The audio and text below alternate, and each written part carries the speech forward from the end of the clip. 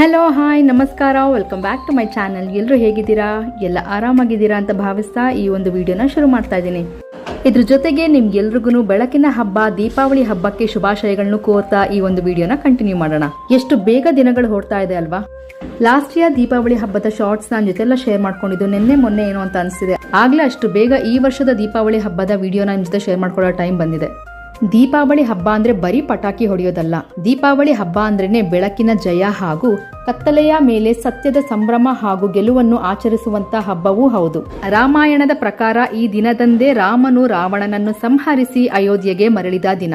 ಅಯೋಧ್ಯೆಯ ಪ್ರತಿಯೊಬ್ಬ ಪ್ರಜೆಯೂ ಕೂಡ ತಮ್ಮ ಪ್ರೀತಿಯ ರಾಮನ ಆಗಮನದಿಂದಾಗಿ ಸಂತೋಷದಿಂದ ತಮ್ಮ ಮನೆಗಳಲ್ಲಿ ರಾಜ್ಯಗಳಲ್ಲಿ ದೀಪವನ್ನು ಹಚ್ಚಿ ಸಂಭ್ರಮಿಸುತ್ತಾರೆ. ರಾವಣನ ಸಂಹಾರ ಹಾಗೂ ರಾಮನ ಜಯದ ಸಂಕೇತವಾಗಿ ನಾವೆಲ್ಲರೂ ಕೂಡ ದೀಪಾವಳಿ ಹಬ್ಬನ ಆಚರಿಸ್ತೀವಿ. ಹಾಗಾಗಿ ಪ್ರತಿಯೊಬ್ಬರು ಕೂಡ ಇವತ್ತಿನ ದಿನ ನಮ್ಮ ಮನಸ್ಸಿನ ಹಾಗೂ ನಮ್ಮ ಮನೆಯ ಕತ್ತಲನ್ನು ದೂರ ಮಾಡಿ ದೀಪಗಳನ್ನು ಬೆಳಗಿ ಬೆಳಕಿನತ್ತ ಸಾಗುವಂತಹ ಸುಂದರ ದಿನವಿದು. ಹಾಗಾಗಿ ಇಲ್ಲಿ ನಾನು, ಮಾಯಿ, ಕೃಷ್ಣ ಹಾಗೂ ನಮ್ಮ ಅಪಾರ್ಟ್ಮೆಂಟ್ ನ ಪ್ರತಿಯೊಬ್ಬರು ಕೂಡ ಅವರ ಮನೆಗಳ ಮುಂದೆ ದೀಪಗಳನ್ನ ಹಚ್ಚಿ ಹೂವಿನ ಅಲಂಕಾರಗಳನ್ನ ಮಾಡ್ತಾ ಇದ್ರು. ತುಂಬಾನೇ ಚೆನ್ನಾಗಿತ್ತು. ಹೇಗೆಲ್ಲ ಇತ್ತು ಅಂತ ನೋಡ್ಕೊಂಬರೋಣ ಬನ್ನಿ.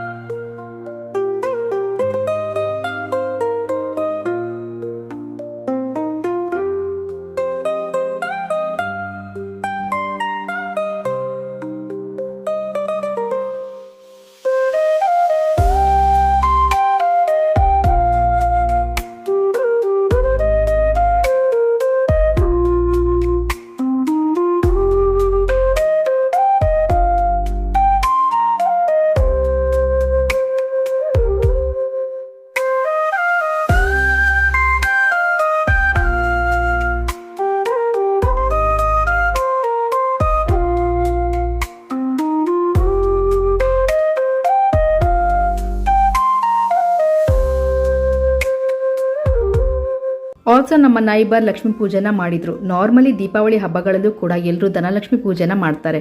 ಹಾಗಾಗಿ ಅವರ ಮನೆಗೆ ಕುಂಕುಮಕ್ಕೆ ಹೋದಾಗ ತೆಗೆದಂತ ವಿಡಿಯೋ ಇದು. ಬಹಳನೇ ಸೊಗಸಾಗಿ ಲಕ್ಷ್ಮಿನ ಕೂರಿಸಿದ್ರು. ತುಂಬಾನೇ ಚೆನ್ನಾಗಿತ್ತು. ಹೇಗಿತ್ತು ಅಂತ ನೋಡ್ಕೊಂಬರೋಣ ಬನ್ನಿ.